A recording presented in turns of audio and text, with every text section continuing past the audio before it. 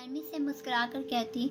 زمر یوسف کی آنکھیں پوری کلاس پہ مرکوز تھیں اور اس نرمی میں بھی رعب پنہاں تھا۔ آدھے کیچر میں بندھے گھنگھرالے بال، شفاف جلد، ناک میں سونے کی بالی کی طرح نت، اور ہاں، ابھی آنکھوں کے گرد ایک دو جھریاں بھی نہیں پڑی تھیں۔ چند ایک طلبہ طالبات نے ہاتھ بلند کیے، کنفیوژن کلیئر کی۔ وہ تحمل سے جواب دیتی رہی اور ایسا کرتے ہوئے اس کی نگاہ ہال کے ایک ایک چہرے سے گزرتی۔ اس اجنبی شناسہ کے چہرے پہ ٹھہر سی گئی۔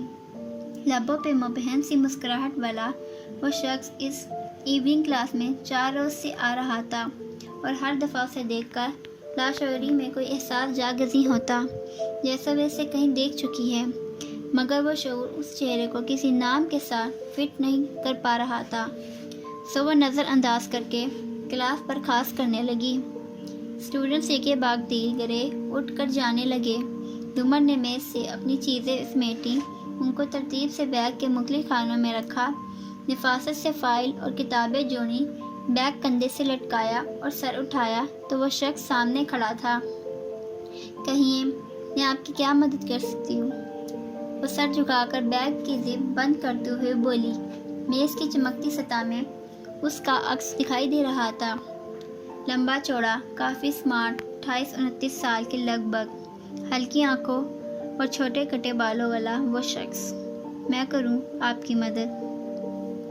اس نے نرمی سے کہا، مگر لاپرواہی کا عنصر غالب تھا۔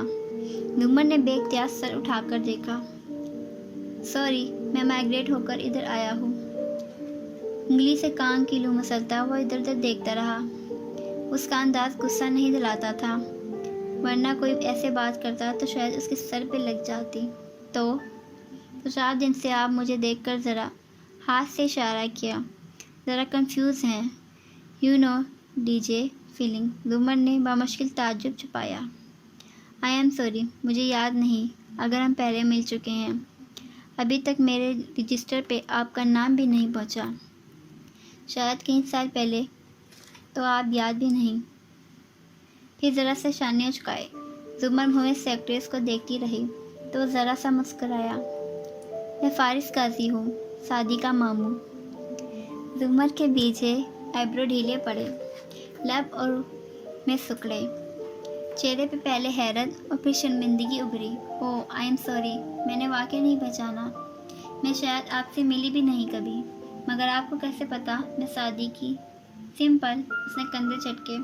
سعدی نے بتایا تھا کہ آپ شام میں ادھر پڑھاتی ہیں اور صبح سعود رانا کے چیمبر میں ہوتی ہیں۔ اوہ، مگر اس نے مجھے نہیں بتایا۔ میرا مطلب ہے آپ سعدی کے وہی ماموں ہیں نا جو… وہ گڑبڑا کر رکی۔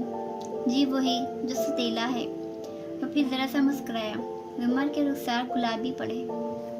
نہیں، میرا مطلب تھا وہ جو آئی بی انٹیلیجنس میں ہوتے ہیں اور کئی سندھ وغیرہ میں پوسٹڈ ہیں، کیونکہ سعدی کے نیب والے ماموں سے تو اکثر ملاقات ہو جاتی ہے۔ جی، میں کئی سال سے ادھر تھا، اسی ہفتے آیا ہوں۔ کلاس تقریباً خالی ہو چکی تھی۔ وہ دونوں ساتھ ساتھ باہر نکلے۔ راہداری میں ایک ستون کے ساتھ کھڑے ہو کر زمر نے اس کی طرف رخ کر کے پوچھا، تو آپ میری کلاس میں کیسے؟ ڈونٹ ٹیل می، ہماری کلاس میں آپ کسی کی جاسوسی واسوسی کرنے آئے ہیں؟ اس بات پہ فارس ہنس پڑا، پھر نفی میں سر ہلایا۔ میں جاسوس نہیں ہوں، جاسوسوں کا ڈپارٹمنٹ الگ ہوتا ہے۔ میں یوں ہوں جیسے پولیس آفیسرز ہوتے ہیں، ہم مختلف کیسز پہ کام کرتے ہیں۔ ہاں، ادھر پڑھنے آیا ہوں میں۔ وہ گردن ذرا جھکا کر عادتاً ناخن سے کان رگڑتا کہہ رہا تھا، ساتھ میں شاید وہ چنگم بھی چبا رہا تھا۔ تو کیا نوکری چھوڑ دی؟ نوکری کے لیے تو پڑھ رہا ہوں، پہلے زیادہ پڑھ نہیں سکا تھا، پوسٹ پہ بھرتی ہوا تھا۔ اب ترقی تو ملتی رہی ہے، مگر لا کی ڈگری ہمارے لیے بہت اچھی ہوتی ہے، ترقی کے چانسز بڑھتے ہیں۔ پھر رک کر زمر کا چہرہ جیسے جانچا۔ کیا آپ کے والد نے نہیں بتایا کہ کس طرح وہ نوکری اور نوکری سے پہلے میری مدد کرتے رہے تھے؟ ہاں، نہیں، بالکل نہیں۔ میرے ارد گرد کے لوگوں کو خاموش تحفوں کی عادت ہے شاید۔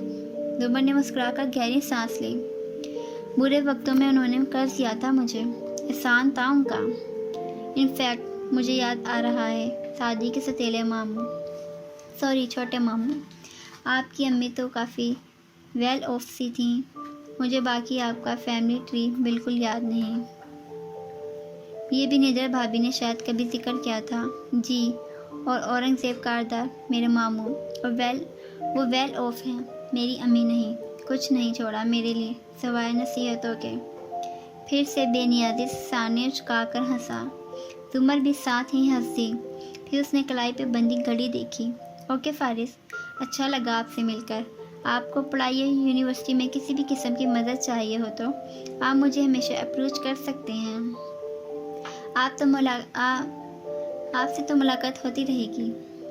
وہ اب رخصت چاہ رہی تھی، مگر اس سے پہلے کہ وہ پلٹتی، فارس نے اجلس میں پکارا، کیا آپ ہاشم کی شادی میں آئیں گی؟ زمر جاتے جاتے واپس ہوئی، ناسمجھی سے آئی برو اٹھائے۔ سوری، کون ہاشم؟ اوہ، کیا ندرت آپا نے نہیں بتایا؟ میرا کزن ہاشم، اس کی اگلے ہفتے شادی ہے۔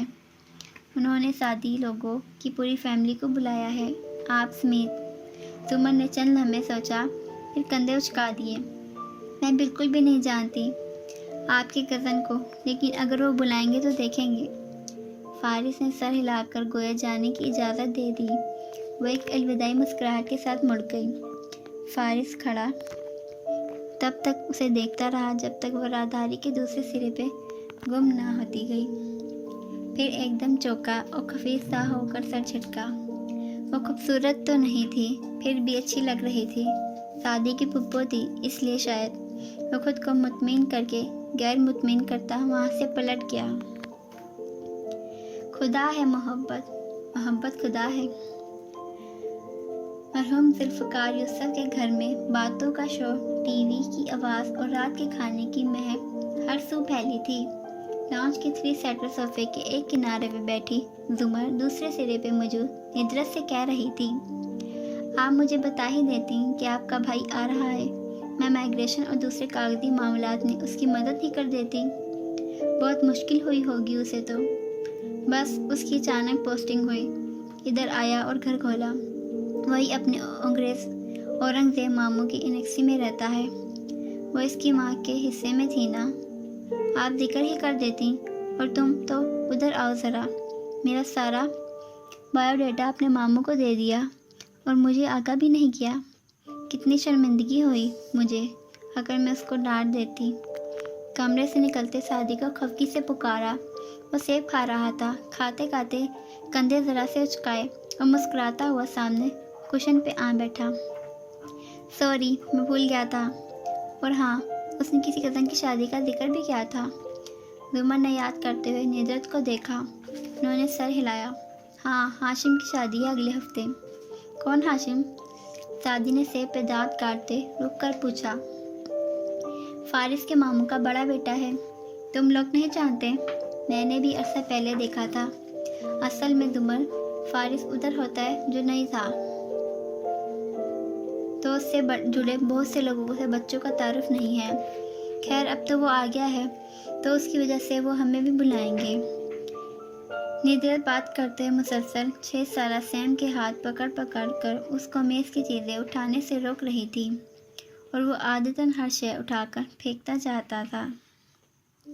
اس پہ نظر رکھو، میں ذرا روٹی اتار لوں، کھانا کھا کر جانا زمر۔ سعدی اور اسے ایک ساتھ مخاطب کرتے وہ اٹھی تو زمر نے کلائی پہ بندھی گھڑی دیکھی۔ اوہو، امی منتظر ہوں گی، دیر ہو جائے گی۔ ویسے پکا کیا ہے؟ مٹر قیمہ۔ ندرت بھی مسکرائی اور سعدی بھی۔ اب پڑ گئی نا پھپھو سوچ میں؟ سوچنے والی بات ہی نہیں ہے، پھپھو جلدی جانا ہے تو یہاں کھا نہیں سکتی ہوں، مگر پیک تو کروا سکتی ہوں۔ ندرت مسکراتے ہوئے کچن کی طرف چلی گئی تو سعدی کی طرف متوجہ ہوئی۔ اسکالرشپ کے لیے ناموں کا اعلان کر دیا ہو گیا ہے۔ اوہ نو، مگر اسی ہفتے ہونا ہے۔ مگر وہ ذرا مایوس ہوا۔ مجھے نہیں لگتا مجھے اسکالرشپ ملے گی، میں تو نارمل سا اسٹوڈنٹ ہوں، مجھ سے بہت بہتر امیدوار ہوں گے وہاں، مگر مجھے یقین ہے کہ تمہیں اسکالرشپ مل جائے گا۔ سعدی کا چہرہ امید سے چمکا۔ اچھا، آپ کو کیسے یقین ہے؟ یہ یقین ہے، ریاضی کا سوال نہیں، جو اس کی کوئی لاجک بھی ہو، بس ہے تو ہے۔ اس نے ذرا سے کندھے جھکائے۔ چلیے سب نام لکھوائیں، ہم پارٹی کر رہے ہیں۔ اندر سے 13 سال حنین بولتی ہوئی آئی۔ اس کے ماتھے پہ کٹے ہوئے بال گرے تھے، ناک پہ چشمہ تھا اور لبوں پہ شرمگی مسکراہٹ جو صرف زمر کو دیکھ کر آتی تھی۔ زمر بھی اسے دیکھ کر مسکرائی۔ حنین نے ایک فہرست سامنے رکھی اور ہاتھ پہ پین پکڑے بہت سمجھداری سے اعلان کیا، سوموار کی شام ہم پارٹی کریں گے، میں وہی بھلے لاؤں گی اور سیم تم برگر لاؤ گے۔ تحکم سے سیم سے کہا۔ وہ جلدی جلدی سر اس بات میں ہلانے لگا۔ سیم کی چیز ہمیشہ امی لاتی تھیں اور پھپھو آپ زمر کا دیکھ کر پوچھتے اس کی آنکھوں میں وہی شرمگی مسکان پھر سے جھلملانے لگی۔ میں لزانیہ لاؤں گی۔ اور امی آپ، حنین نے زور سے آواز دی۔ کچن سے آواز واپس آئی۔